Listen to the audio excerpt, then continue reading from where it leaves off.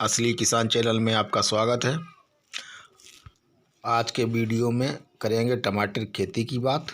खेत प्रबंधन से लेकर खाद प्रबंधन, कीट प्रबंधन सभी की होगी यहाँ बात।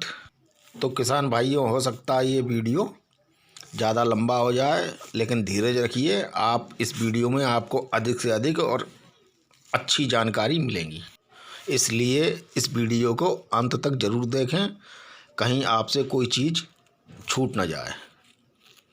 किसान भाइयों, कम से कम एक जुताई मिट्टी पलटने वाले हल से ज़रूर होना चाहिए, जिससे कि खेत के अंदर जो फफूंद पनप रही हैं वो ऊपर आके धूप लगकर नष्ट हो जाएं, और जो कीड़े मकोड़े के जो पीपावस्था में पड़े हैं वो ऊपर आके नष्ट हो जाएं। और किसान भाइयों, आपको ये अगला कदम ये करना है कि 2 किलो ट्राइकोडर्मा को 50 किलो गोबर की खाद में मिलाकर अच्छी तरह पानी छिड़क कर नम कर छायादार जगह में 7 दिनों के लिए आपको रखना है। ये काम आपको आखिरी जुताई के 7 दिन पहले से ही करना है, और जब आखिरी जुताई हो तो आप शाम को जब धूप ना रहे तब इस ट्राइकोडर्मा को खेत में फैलाकर और जुताई करवा दीजिए। ये काम आपको शाम को इसलिए करना है क्योंकि धूप की अल्ट्रावायलेट किरणों से ट्राइकोडर्मा नष्ट हो जाता है। अब आपको हम बताते हैं खेत की तैयारी के समय आपको कौन कौन सी खाद कितनी कितनी डालना है। 10 से 12 टन गोबर की खाद, DAP 100 kilo, potash 50 kilo, sulphur 90% वाला 3 kilo, micronutrient 10 kilo, Regent fipronil 7 kilo, 5 से 7 किलो, ये सब फैलाकर 2 से 3 जुताई आप करवाएं खेत की और पाटा लगा दें। यह डोज मैंने आपको 1 एकड़ के लिए बताया है। यदि आप ज़मीन में फैलने वाला टमाटर करते हैं तो उसके लिए लाइन से लाइन की दूरी 2.5 फुट और पौधे से पौधे की दूरी 1.5 फुट होना चाहिए। यदि आप बेल वाला टमाटर लगाते हैं तो लाइन से लाइन की दूरी 4 फुट तथा पेड़ से पेड़ की दूरी 1.5 फुट रखें। पौध की रोपाई करते समय जड़ों पे पानी डालते रहें। ऐसे एक दिन छोड़कर 2-3 बार पानी डालें। जब हमारे टमाटर को लगाए हुए 7 दिन हो जाएं, तब लिखित दवाओं का आपस में मिलाकर जड़ों पर ड्रंचिंग करें। किसान भाइयों, ये ड्रंचिंग करना बहुत आवश्यक है। थायोमिथॉक्साम 25% WG 1 ग्राम प्रति लीटर, साफ 2 ग्राम प्रति लीटर, ह्यूमिक एसिड 1 ग्राम प्रति लीटर, इन तीनों दवा को मिलाकर इस पानी के जितना पानी बताया है, इस पानी का रेशियो उसमें लें और जड़ों पे ड्रंचिंग कर दें। किसान भाइयों, ड्रंचिंग में कम से कम 100 ग्राम घोल जड़ों पे जाना चाहिए। और जब पेड़ अच्छी तरीके से चलने लगें, अच्छी तरीके से सेट हो जाएं, तब इस पे एक हल्की सिंचाई 8 से 10 दिन बाद कर देना चाहिए। मतलब पौध लगाने के 8 से 10 दिन बाद। किसान भाइयों, अब बात करते हैं कीटों की। तो हमारे टमाटर में सफ़ेद मक्खी, थ्रिप्स और माहू तथा फल छेदक कीट का आक्रमण होता है, और कभी कभी मकड़ी, माइट जिसको बोलते हैं, उसका भी आक्रमण होता है। और हाँ किसान भाइयों, एक कीट और है जिसको लीफ माइनर कहते हैं, इसका भी आक्रमण होता है। इसमें क्या होता है, ये मक्खी का लार्वा पत्तों के अंदर घुस जाता है और अंदर ही अंदर वो रेंगता जाता है और पत्तियों का क्लोरोफिल खाता है। अब हम बात करते हैं कि इन कीटों को नियंत्रण करने के लिए कौन कौन सी बहुत अच्छी दवाएं हैं। थायोमिथॉक्साम 25% WG, इसको लेना है 10 ग्राम प्रति पंप।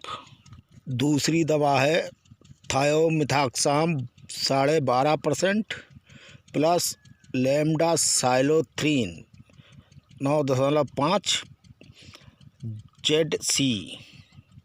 इस दवा का 8 से 10 ml प्रति पंप लेना है। तीसरी दवा है इमिडाक्लोप्रिड 70% WG। इस दवा का डोज है 10 ग्राम प्रति पंप। दवा है फिप्रोनिल 5%। इसका डोज है 24 से 25 ml प्रति पंप। तो किसान भाइयों, इन चारों दवा से कोई एक दवा चुन लें और सफ़ेद मक्खी, थ्रिप्स, माहू कोई चीज़ लगी दिखे तो आप स्प्रे कर सकते हैं। हाँ, एक बात और ध्यान रखिए किसान भाइयों, कोई एक दवा लगातार स्प्रे नहीं करना चाहिए। 2 स्प्रे के बाद दवा को बदल देना चाहिए, क्योंकि लगातार एक ही दवा का स्प्रे करने से कीड़ों में रेजिस्टेंस पावर आ जाती है, फिर वो दवा उस कीड़ों पे काम नहीं करती है। और जो ये इमिडाक्लोप्रिड है, इसको आप गर्मियों में स्प्रे ना करें। जब मार्च के बाद जब गर्मी ज़्यादा होती है तब इस दवा से फूल झड़ते हैं। ये आज तक किसी वीडियो में नहीं बताया होगा। दोस्तों, मैं अपने खेत में बैठकर वीडियो एडिट कर रहा हूँ, तो इसलिए आपको डीजल इंजन की आवाज़ सुनाई दे रही होगी। दरअसल मैं अपने गेहूं की सिंचाई कर रहा हूं, तो इसलिए डीजल इंजन चल रहा है और यहीं बैठकर मैं अपनी एडिटिंग कर रहा हूं। अब लीफ माइनर की दवाओं की जानकारी देते हैं। किसान भाइयों, लीफ माइनर के लिए दवा प्रयोग करेंगे। नंबर 1 दवा है डेल्टामेथ्रिन 2.8 EC। इसका डोज है 16 ml प्रति पंप। यहाँ पंप जो बार बार मैं लिख रहा हूँ, मैं बोल रहा हूँ, तो ये पंप है 16 लीटर वाला। तथा दूसरी दवा है लेमडासाइलोथ्रीन 8 ml प्रति पंप। इनमें से कोई एक दवा लेकर हम स्प्रे कर देते हैं तो बहुत अच्छा रिजल्ट मिलता है। अब बात करते हैं मकड़ी की। इसे माइट भी कहते हैं। ये लाल रंग की होती है, पत्तों के नीचे बैठती है और ये पत्तों का रस चूसती है। इसके लिए दवा आती है स्पायरोमेसिफेन 240 SC। इसका एक पंप में 20 ml का डोज है। और दूसरी दवा है फेनाजिकवान 10% EC। इसका डोज 40 ml प्रति पंप है।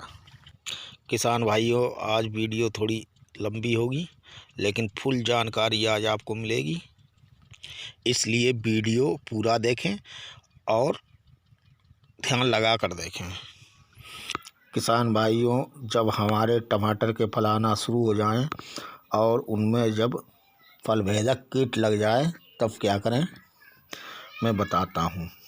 इंडोक्साकार 14.5% SC फार्म में इसको 13 ml प्रति पंप इस्तेमाल करें। दूसरी दवा है नोवाल्यूरान, ये 10% EC में है। ये 25 ml प्रति पंप इस्तेमाल कर सकते हैं। तीसरी दवा है प्लूबेंडियामाइड 480 SC फार्म में। इसको 4 ml प्रति पंप इस्तेमाल करते हैं। चौथी दवा है नोवाल्यूरान 5.25% और इंडोक्साकार 4.5 SC फार्म में। इस दवा को 55 ml प्रति पंप इस्तेमाल कर सकते हैं। किसान भाइयों, इनमें से कोई एक दवा आप फलछेदक कीट के लिए जो आपको मिल जाए मार्केट में इस्तेमाल करें। अब बात करते हैं टमाटर का सबसे खतरनाक रोग झुलसा, अगेती झुलसा, पछेती झुलसा। तो आज मैं आपको ऐसी दवा बताऊंगा जो अगेती झुलसा, पछेती झुलसा दोनों पे काम करेगी। पहली दवा है फेमेक्सेडोन 16.5% प्लस साइमोक्सेनिल 22.1 SC। इसका डोज है 16 ml प्रति पंप। यहाँ पंप 16 लीटर वाला है। दूसरी दवा है एजोक्सिस्ट्रोबिन 23% SC। इसका डोज है 16 ml प्रति पंप। तीसरी दवा है साइमोक्सेनिल 8% प्लस मैंकोजेब 64% WP। इसका डोज है 45 ग्राम प्रति पंप।